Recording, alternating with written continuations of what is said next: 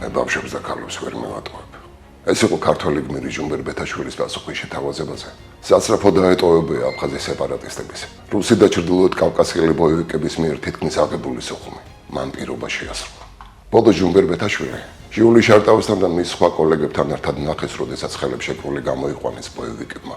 აფხაზეთის მინისტრთა საბჭოს შენობიდან და ცალკე გაიყვანეს. მას შემდეგ 54 წლის ქართველი გმირი აღარავის უნახავს. ჟუმბერ ბეთაშვილი 1939 წელს დაიბადა თბილისში.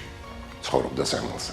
სწავლობდა ვაჟთა პირველ გიმნაზიაში. მისი კლასელები იყვნენ ზვიად გამსახურდია მერაბ კოსტევა, გელა ჩარკვიანი. მამა რკინიგზელი იყო და სამსახურის გამო სოხუმში გადავიდნენ საცხოვრებლად. ასე გახდა ჟუმბერ ბეთაშვილი სოხუმელი. 1972 წელს იყო მიუნხენში ოლიმპიური თამაშების კომკავშირის ორგანიზაციის ხელმძღვანელი. 1974 წელს მუშაობა დაიწყო ქალაქ აგრაში, საქალაქო კომიტეტში, ჯერ ინსტრუქტორად, ხოლო შემდეგ განყოფილების გამგედ. 1976 წლიდან მუშაობდა აფხაზეთის მინისტრთა საბჭოში, ხოლო 1992-93 წლებში იყო აფხაზეთის ავტონომიური რესპუბლიკის სახელმწიფო მდივანი. აფხაზეთში შეიარაღებული კონფლიქტის მიმდინარეობისას მას არც ერთი დღე არ დაუტოვებია ქალაქი.